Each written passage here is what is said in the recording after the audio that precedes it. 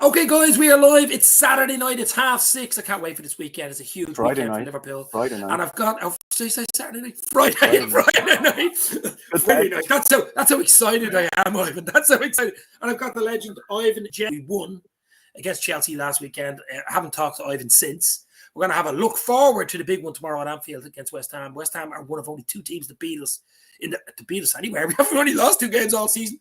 And just a general look. We'll have a little chat about Klopp. We'll even have a chat about the impossible quadruple. You never know, Ivan. Ivan, how are you? All good? I'm really good, thanks. Yourself? Yeah. Listen, after this, I'm going to have a few beers and watch me 80s music. So I am happy. And we're going to have a chat about the Anfield Rap, who are coming to Ireland, North and South. We'll mention that at the very end, which me and Ivan and Keith will be at in Dublin on the 26th of March. Cannot wait for that. So, as I say, Ivan, last weekend, first League Cup Klopp's ever won, in the bag against Chelsea, the oligarch. We talk about a Roman Abramovich issue there as well. Looks like he wants out quickly.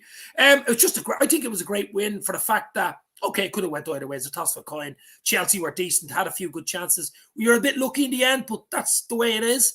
And I just think it's a huge boost for us going forward. Yeah, I agree. Like we were talking about the momentum that could come with it.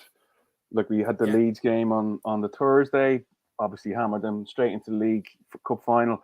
Like it could have been a Champions League final for the atmosphere. The atmosphere was amazing. Like the build-up was a little bit kind of Carabao Cup, but then as soon as it started, it felt like a proper final. And for people to say like it was a 0-0, the quality of the football there, it was absolutely superb. I think Chelsea probably edged it chances-wise. Yeah. I think we probably edged it possession-wise, football-wise, and in terms of control. I think we kind of lost a bit of edge when the likes of Diaz and Mane went off. But it's one of those ones, you know, I feel so positive about this season. There wasn't a second where I thought we're going to lose this match, but there wasn't a second. Even into the penalty shootout, it's like this can go on for all night, but we are not losing this match. It was really good, and I think it's a stepping stone for the rest of the season. It's another trophy. To listen to how Klopp spoke about it, it's incredible. It's really incredible. I mean, listen, both of us will say, I'm sure Keith would say it as well, the League Cup was not on my radar, to be fair, at the start of the season. It really wasn't. Like, you know, let's be real about it. Let's be realistic about it. But the further you go in competition, especially when you get the quarterfinal, semi-final stage, and you can see, similar to what the FA Cup now, you can see on the horizon, hold on, if we win the next game, we've a semi, then it becomes a possibility. And then it also becomes, wow, if we actually win this, this is a lovely boost for the squad. Yeah. Going forward for the rest of the season. Takes a bit of pressure off. The trophy's in the cabinet. I know it's a huge trophy, but it's a trophy. It's classed as a major trophy. It's in the thing. It gives the younger players and all the other players that mightn't have won trophies and stuff. It gives Klopp his first League Cup, but it also I just re-energizes the whole season. We got it in January with Diaz signing, and I think we've got another little kick in March here with this. It's a bump. It's a bump, and I saw a thing on Twitter today. You know, like. We have the squad now to compete. We haven't been in this position before. Whatever about the whatever the baby asleep, is he? Whatever about the size of the squad, we've the quality there now. Like we talked at the start of the season that we now have probably 15 players. That we can choose from. We probably have 18 or 19 where you just go, that's fine. So. I think we're in a position now where, as you said, if you get to the 3rd, 4th round, 5th round, quarterfinals, you can take it seriously because we can mix and match and we can rotate and still be extremely competitive. So like it's great that we're here now for the first time in a long time, kind of going. We've won in the bag and we're shooting on another 3 fronts, and we've a great chance in all of them. It's. Do you know what? Sometimes in life and in football, things fall. You say it's written in the stars. Not when you look back in hindsight, say, geez, that was written in the stars, or that game, that last minute goal, or you know, or that penalty shootout, get that League Cup win really kicked us on. You know, we might be talking about this in March or May and June, totally. Doing a podcast and saying, "Oh, remember going back." Look at the photograph you have as the background there with the red sky. There's something special about this club. Seriously, right? There's something special that when things come together, the players, the fans, the owners, And sometimes you just walk out and you just go, "We're going to win this. It's ours." And I'm feeling so confident this season, and getting that one in the bag last week. Oh, amazing! Absolutely. I jumped up and down in the kitchen like we'd won the Champions League. It was incredible. Pity we weren't in the pub what we were meant to be. That would have been something else. I wouldn't have been in Monday anyway, I can tell you that. We got a few boys in the house here. John Moore, as always, big up, my friend. Hope you are both well, says John. Rod Meta, hi lads, please whisper as we are trying to sleep down here. Oh, he's probably asleep. He's probably underneath the covers with his phone. That's what it Dodgy. 1 down, 3 to go, says John Moore. And Mitchell Balzan in the house. Jurgen's got a semi on. Okay. Another semi on. Forest or walkover. Well, Forest have to be Huddersfield, but I think it will be Forest. I think it will be Forest, but it won't be an easy game. I mean, they were decent against Arsenal. Gary Richards, evening all. Kepa is still a mug. Yes, he is a mug. You're absolutely right. I wouldn't drink me tea out of the mug, though. Come on, Gary Richards. Some Kepa, some respect. He's a brilliant kicker. This is John Moore. He's a good penalty kicker. Has the penalty landed yet? I heard it went around the yard 15 times. Probably. But so League Cup's in the bag. As I say, it's a huge boost for the club and the squad. I don't know when you've seen the Klopp interview after. He was saying that it was a victory for the club because the likes of Tyler Morton, Connor Brad, the younger lads, Kelleher in goal, it was immense. It reinforces the plan. Yeah, it reinforces the plan. It's kind of going, beautiful. I told you so. No, in fairness, we put out a really, really strong squad. And I think when you add Diaz to the squad now, or when you add Diaz to the 11, you're kind of going, whoa, that is nifty. Like really dangerous. And then I think it's great that you can bring on the likes of Tyler Morton and Bradley and the other kids. Even Kelleher, what rock star. An absolute rock. The staves he pulled off in that final. I know some of them were straight at him. It wasn't even the saves, it was his calmness, I think. You know what I mean? It was his absolute calmness. Brilliant.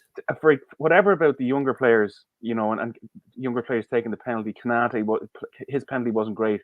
But do you think Kelleher woke up on Sunday morning thinking there's even a remote chance I might have to take a penalty today? No, he didn't, and he put it away. Beautiful finish. Remember Van Dijk? Van Dijk's penalty was just. I mean, Fabinho's cheeky as you like, and Salah's was postage stamp. Yeah, Salah's has been delivered already. Postage stamp. No, all perfect. Liverpool Forest, I think it will be Liverpool Forest, and that has history, as we all know, of course, in the FA Cup. So also, as I just said there, it looks like it looks like Forest, but Huddersfield or Forest were favourites. I mean, let's be real. You win that during the semi-final. Yeah. I mean, things are really opening up nicely here. But I think all eyes should be on tomorrow, 5:30 at Anfield, because I think tomorrow against West Ham, it's huge, because not only is it Anfield 5:30, which would be sort of under the light. I know it's getting brighter now, but still under the lights. You'll have that atmosphere, fellas in the pub before the game. Exactly. You'll have that night atmosphere.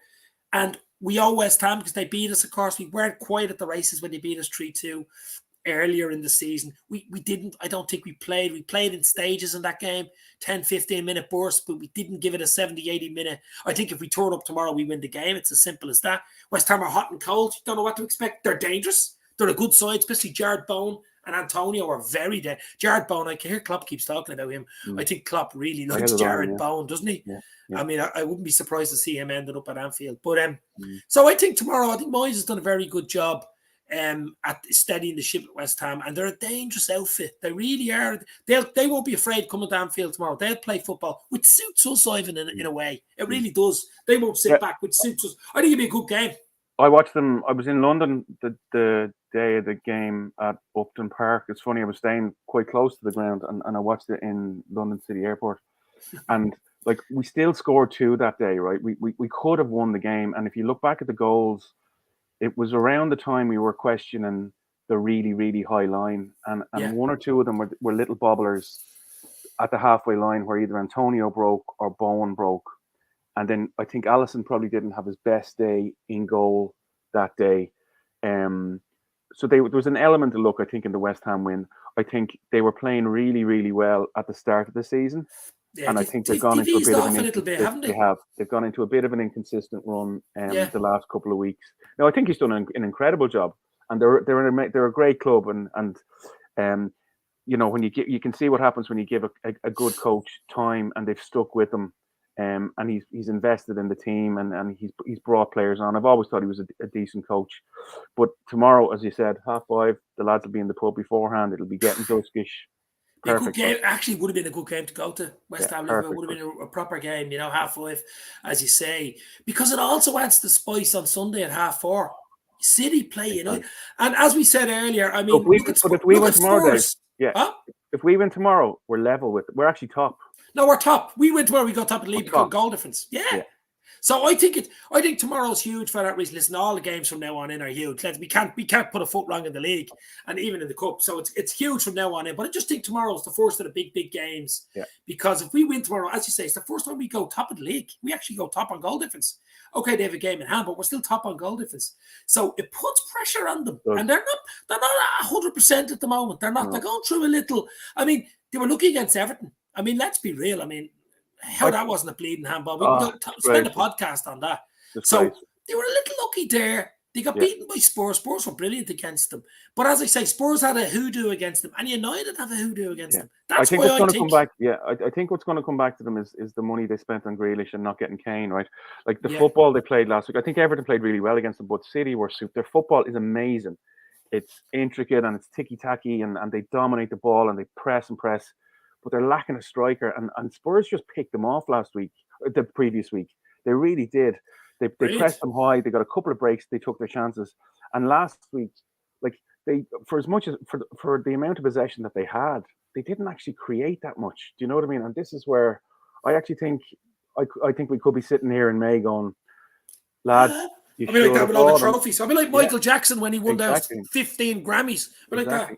You should have bought Harry Kane. You should have pushed the boat to buy Harry Kane. Well, I'm delighted they didn't. But so I think tomorrow, as I say, is huge. And I was listening to Klopp today as press conference, so I know a bit about who is available and who isn't available. So my 11 tomorrow on who isn't available, I just heard. So obviously Alisson will come back in goal. We'll have Van Dijk and Kanate because Matip's out. Matip's out with an illness. Yeah. It's not major. It's not COVID. He's just off. He probably needs a break anyway. And Kanate will come in with Van Dijk. You'll have Trent and Robbo. And the midfield is the big one for me. I mean, Fabinho and Hendo will play. I have a feeling he's going to play Ox tomorrow. I don't know. Naby has a bit of an issue and Jones have a bit of an issue. I have a feeling it could be Elliott or Ox. I think it's a throw between Elliott and Ox. Well, I think if Curtis is fit, I'd play Curtis because I think he's been really good. I'm not sure what you've heard about. There's a little issue with Curtis. He's not quite at it. Well, that's what Klopp said they're going to do a training tonight. He'd usually do a late training session tonight, but he did mention that he's not 100%. So I don't know. The fear I have with Elliott is you play him on the right and you play Henderson on the left, and then you've got Trent, Elliott, and Salah on the right, and we lose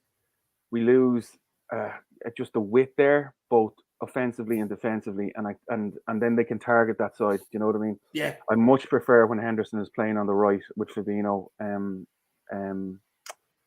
at 6. So that's my only concern with Elliott is that it just. Sorry, Statman Stubbs. What's Statman Stubbs saying there? We win tomorrow. We're still 3 points behind. No, we're not. We're level. We're level. They have a game in hand of us. Agreed. Hold on. It's 3 points in it. We're both playing the same amount of games. We win tomorrow, we go level. We go on top of goal difference, but they have a game in hand. Is that not the way it works? They play Sunday. I'm almost certain. No, they're 6 points ahead of us. They're 6 points. We've the game in hand. He's right. We've the game in hand. We won't go top. Right, that's a big caveat. Statman Stubbs, actually, that's why he's called Statman. Look, that's why he's called Statman.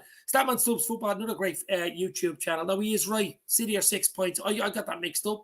I think the League Cup went to my head, actually. But but listen, still got to win the bleeding game, don't we? So we win. We go 3 points behind. We have a better goal difference, and we're level on games. Yeah, that's cool. Yeah. Good evening, lad. Daz TV, another great Liverpool channel, my friend. How are you? Hopefully, you're well. I think actually United might show up, says Rod. I think they'll show up as well. Yeah, I really do think they'll show up. Elliott, Dave. Yeah, listen, you could play Hendo, Fab, and Elliott. I mean, it is a possibility as well. So to throw up between Ox, Elliott, you're saying Jones, because I think Naby's injured again and has a slight issue. Whenever does he know? I saw a nice 4-2-3-1 formation as well on Twitter today. Yeah. that we could play, and you're getting. Well, I mean, Diaz, Salah, Mane, I think are shoe-ins, aren't they? Yeah, and like looking at does Jota start? Yeah, well, if you played Salah up on his own, and you've got a choice then of 3 in behind him, and you could play Hendo and Fabinho as 2 6s. Yeah. So I think we've lots of options. It's brilliant. I think Kane is a part of the problem. Spurs doesn't do enough and lacks work rate. Great players would kick off the season, I think, is the difference. Yeah, well, look, if you take Kane out of Spurs as well, they've a bigger bleeding problem, don't they? You know what I mean? They were shocking during the week. City are 3 points ahead, Dave. Yeah. If we win tomorrow, well, we are going to win tomorrow, Daz. We are going to win tomorrow, baby. Can't see United doing that against City. We just keep winning our games and say, well, I can see them doing something against them because, A, it's a derby, a beat, if a good record. I think they've one of the best records against City. And City sort of goes out. I mean, even when United were crap last year, I think they beat them home and away, United. United always turn up. They always turn up for the derbies. Yeah. I have a feeling it'll be a draw. I won one or something like that. It'll be frantic and it'll be skin and hair flying and it'll suit United down to the ground. I can see them getting something from it. Yeah. We've got it, Statman. So they're 6 points ahead, but we've a game in hand. So we can bring it back to 3 with a better goal difference. Yeah, absolutely. United have won the last 2 at the empty hat. That's what I'm saying. That's what we're saying. Yeah, there you go. Statman Stubbs has thrown out the stats, baby. He's thrown them out tonight. Keep it going. Daz says, I think United take a point tomorrow. We win. We could have a great weekend. It's actually, I'm going to get back at you now. It's actually Sunday, United City. But I know what you mean. But listen, I don't care about anybody else. I only really care about Liverpool. But you have to. We will. If we beat West Ham, we have to have an eye on them. Which I think I will. I will watch United in City. Will you? I'll keep an eye on it. Absolutely. Absolutely. So, that'd be my team tomorrow. What I think we'd go with, obviously, Alisson in goal, Kanate with Van Dijk, Trent, Robbo, Hendo, Fab. Could be Elliot. I'm actually switching towards Elliot now, being a home game as well, and he's had a decent rest.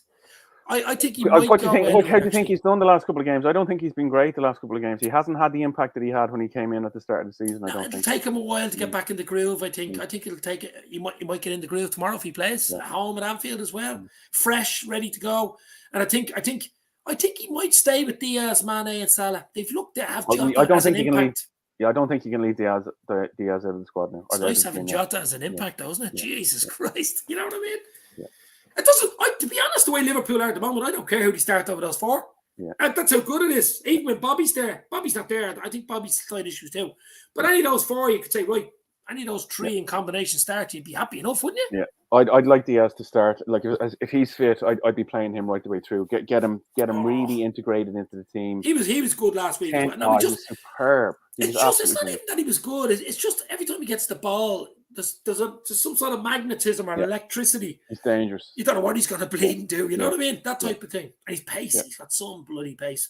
Yeah, he reminds me of Salah when he first came in. When Salah, I wouldn't say Salah is predictable now in a negative way. He's very predictable in a very positive way. Like, he wants to come inside or and hit it. With Diaz now, he's completely unpredictable. You don't know what he's going to do. It's going to be dangerous. It could be playing somebody else in. It could be him taking somebody on. He's light and fast as well. Like the speed of him down there. He's one of the fastest players. Yeah. No, he's very deceiving looking. He's gangly. He's really good close control. Did you see the flick he did when the ball came? He flicked it over the Chelsea player's head. It's a real South American style, isn't it? The confidence to do it. It's exactly the kind of thing Suarez would do. Totally comfortable with their ability. Totally comfortable doing it in a final. That's that Colombian, Brazilian, Argentinian street football. He was very poor grown up. Yeah. He was very poor grown up. So that's what it's all about. Sir Oswald is in the house. Elliot has been fine, been thrown into the deep end of difficult circumstances, says Sir Oswald. Yeah, listen, I think our expectations Klopp's not going to rush anybody in. Yeah, no, I think our expectations are so high. Like he played so well at the start. You're kind of going, flipping hell. This fella's actually transforming the midfield. When we talked about the need to have a creative player, we didn't have Thiago. He was injured, and Elliot suddenly came in.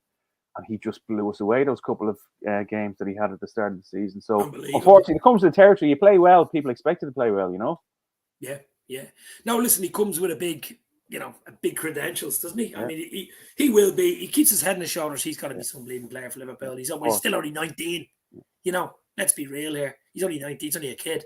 But I'm really looking forward to tomorrow. I am. I'm not going to take West Ham for granted. They're a decent side.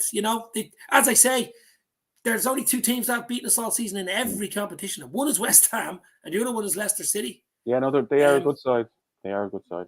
So I don't think there'll be complacency going in. You know what I mean? I can't see any complacency with Klopp there.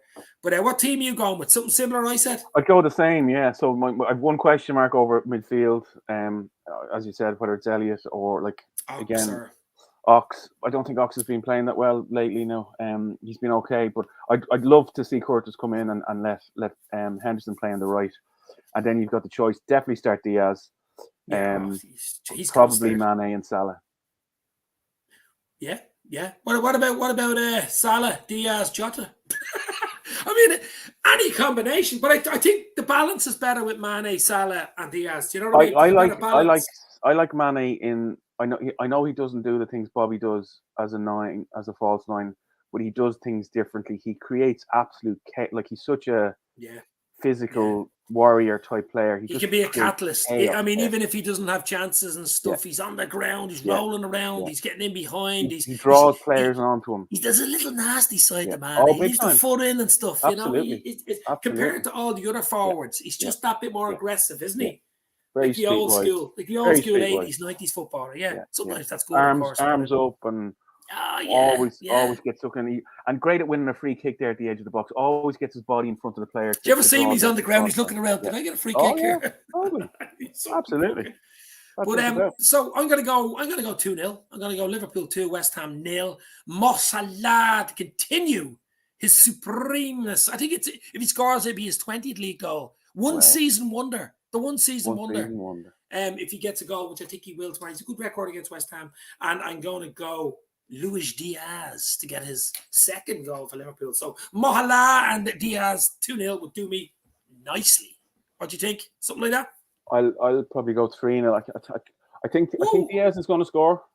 And possibly Salah. Salah might get 1 or 2 tomorrow, but I'd love to see Diaz get another one and him just to get in just a run. Keep it creeping over. Nice, I'd love to see him have your first goal because then the pressure of he hasn't scored yet. That type of shit. So if he gets 10 goals by the end of the season, that'll be really, really good. Really good. Yeah. But Eamon Kelly saying, put your scores in the comments there, guys, and we'll read them out. Eamon Kelly is going 3-1 home win for me, says Eamon. Absolutely. We're going to have another little chat. We're going to keep it on for another 7-8 minutes. So we'll do the half hour. Hit the like, guys. Hit the share. You know what to do. Join the Anfield Express. This train is going to destination trophies, baby. That was, I just made that up. That was quite good. Brilliant.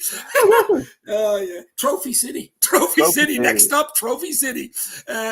So the big thing for me, I heard Klopp, I don't know what you heard him talking midweek. He stuttered on the ITV interview and your man asked him, 2024, he's 2 years left his contract there.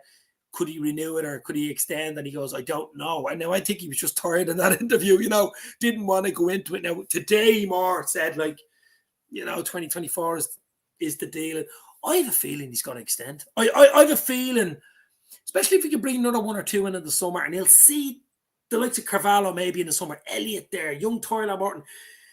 He might want to say, listen, I want to be around for another at least 2 years, maybe bring it to 2026, especially if Salah signs a long-term contract, which we hope. That might be in the back. And Salah, that might be in Salah's mind. Yeah. That might actually push Klopp to side. Do you understand? Yeah. Salah might go to even Klopp in private and go, listen, I'll sign on here. If you give it, you stay for another 2, The thing is that the Premiership is so different to Italy or Spain or Germany.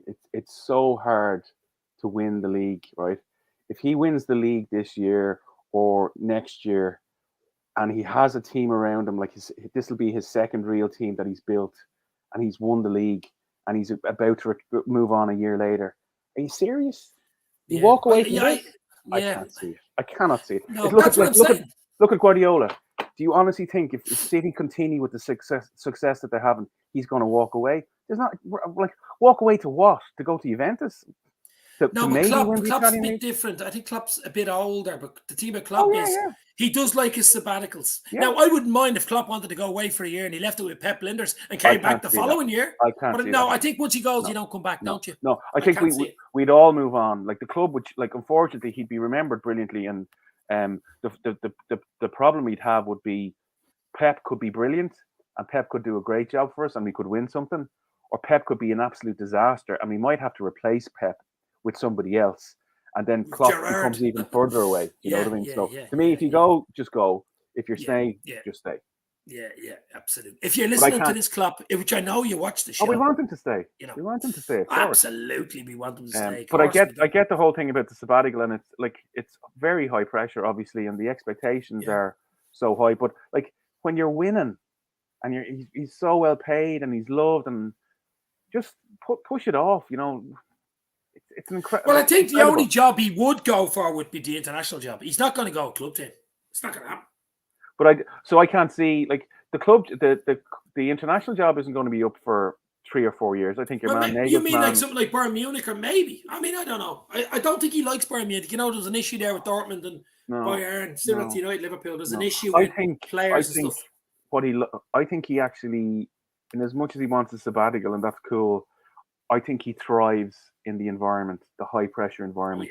And you see at the end of the game where we win and 6-0 against Leeds, which was a walk in the park.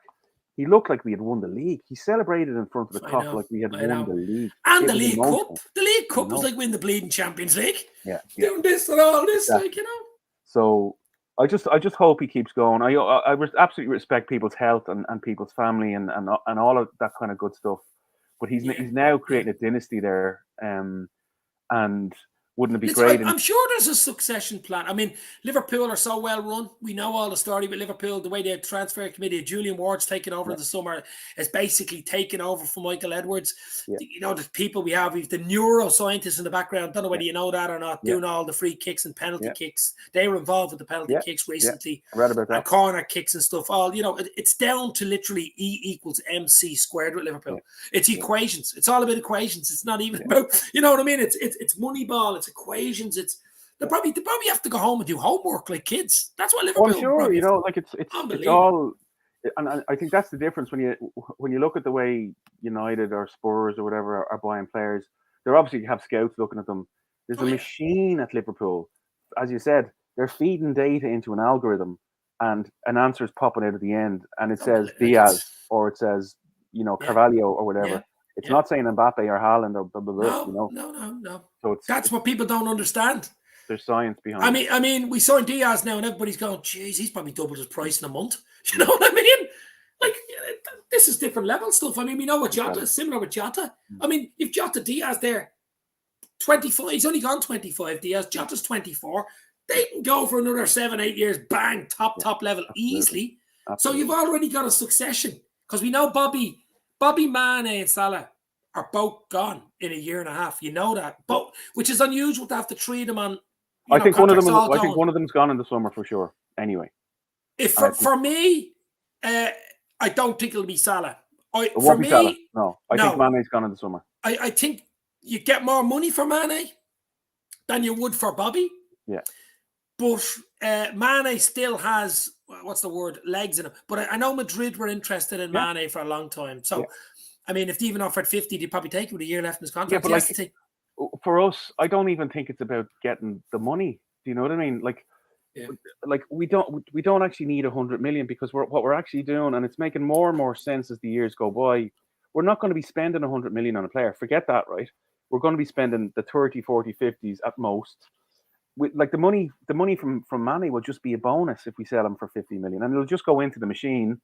And it doesn't. I don't think it would alter the transfer policy in the next year or two, how much or how little we get from, because there's a plan there regardless, you know. But I would agree with you. We'll definitely get more for Mane than we would for Firmino. Yeah, absolutely. But listen, that's all. You know, that's all in Julian Ward and Michael Edwards and all the guys' heads. Rod Meta, anyone know when his son finishes school? Klopp's sons are in their 20s, you lunatic. unless they're in college maybe, but I don't even think they live in. I think they live back in Germany. To be fair, I think he's 23 or something. He's the youngest fella, Kevin. No, they're not. They're not babies. You know, they're not kids. I don't think. I presume you're talking about Klopp. I don't know. Yeah, I don't think. To me, it's Klopp. Just as you said, Dave. It's about the intensity and getting away from it and having a year off and kind of resetting. Yeah. I don't think it's to spend time with young kids or anything like that. The pressure. Our transfer policy comes from the deep thought computer of the Matrix. So Oswald, I'm putting Matrix in there. No, but it is. Look, we can talk about Chelsea and the oligarchs, and we can talk about Abramovich, Roman Abramovich, which looks like he wants out quickly because he's going to get sanctioned. Chelsea are worried then. What happens with money? What happens with transfer policy? There's some Swiss billionaire and some other guy wants to buy it, but he only wants to buy it with 2 or 3 others. He doesn't want to expose himself either. I think he's looking for 3 billion or between 2 and 3 billion, which he thinks it's overpriced because he probably saying, listen, I'll give you $1 billion for it. You know, so that, I mean, who do you wish for? I mean, City are looked at Saudis. I mean, I think there's problems for the Saudis possibly coming down the road as well because of human rights and stuff. And Newcastle. Just in the climate we are in right now, like I can only see it going one way. Yeah, I was reading some stuff today, and I tweeted something. Like there's an irony here where you've got your one that's come into Newcastle, empathizing with Roman Abramovich. Yeah, seen that. Yeah, you're kind of going, Amanda. Yeah. What? So this guy is being kind of pushed out because he's best buddies with Vladimir Putin. Your guys are doing exactly the same in Saudi Arabia, and like the Premier League have allowed you come in the last 6 months and buy that club. Crazy. That's all money. That's hypocrisy. It's all money. It's unfortunately all money, and everybody knows that. You know, let even almost wars are causing money. Really, you know, going back in history. But I mean that's a whole podcast in itself, really, when you think about it. But as I say, I just think going forward, ethics, morals, and stuff are going to be just more on show because what's happening in the world right now, we all know about it, and it's going to be in spotlight. And there's going to be people looking at people and checking people. Who's he? What does he own? Is he involved in? That's going to be more to the fore, and all better for it. To be fair, all better for it. Klopp choosing to leave is like taking 6 years building your dream house from scratch and then renting it out to someone else who hasn't finished it. Well, simple. I like that. Yeah, that's correct, Mitchell. Eamon Kelly, Liam Brady thinks that it would unsettle the group if Salah gets a huge pay rise. Disagree. Completely disagree. It'd unsettle the group if he left, wouldn't it? It would. So as we said, said this a couple of weeks ago. Salah is on another level to everybody else in that squad, and if anybody can argue differently, and if anybody get to his level and you get his wages, exactly, nowhere near. That's it. Yeah, that's it. Yeah, exactly right. Sir Oswald, I'm actually grateful for FSG at the moment. Wow, some FSG praise in the comments. Now that's different level. That is different level. But just before we go, myself, Ivan, and Keith will be going to it. The Anfield Wrap, who I'm sure you all know, are doing 4 live shows in Ireland at the end of March.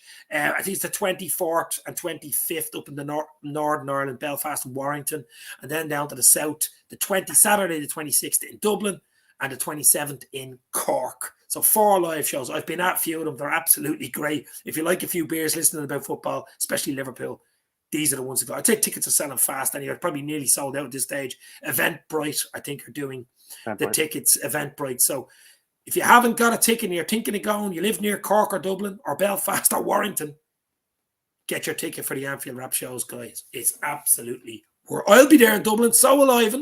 And so will Keith. I'm sure there'll be loads of people there, but it is top class. Ivan, I think we leave it there. I enjoyed that. Me too. It's very good. No, we enjoyed that. Thanks to all the guys in the comments. Rod Meta, you can go back to sleep now if you really want. Down under. Get back under the covers, down under if he wants. And as usual, Mitchell Balzan, Sir Oswald Fortitude, Gary Richards, Eamon Kelly, John Moore, as usual. Hit the like, guys, before you go. So important to hit the like buttons. Daz TV, another great YouTube channel, was in earlier. Statman Stubbs football channel, another great YouTube channel. It's all about an LFC family. And corrected our mistakes as well. So well done. And Statman. Correcting mistakes. It's so important. Is John Toshak still in intensive care? Because I didn't hear any differently. So, I mean, I don't know. Oh, just before we go, other breaking news was Shane Warne, the cricketer, passed away. What was he, 52 or 53 years old? Heart attack. Yeah. Now, I'm not a cricketer, but I've heard of Shane Warne. I mean, the Australian, I'm sure everybody's heard of him. 52, 53. Rest in peace, my friend. Where in Dublin, Dave? Sugar Club. I'm not... Is it what? Sugar Club? Sugar Club in City Centre in Dublin. Sugar Club. Go on to Eventbrite, EVENT, I think it is. Eventbrite, and they have tickets for the Anfield Rap. 26th in Dublin, March, and 27th in Cork, and then the North, 24th and 25th. So check it out, guys.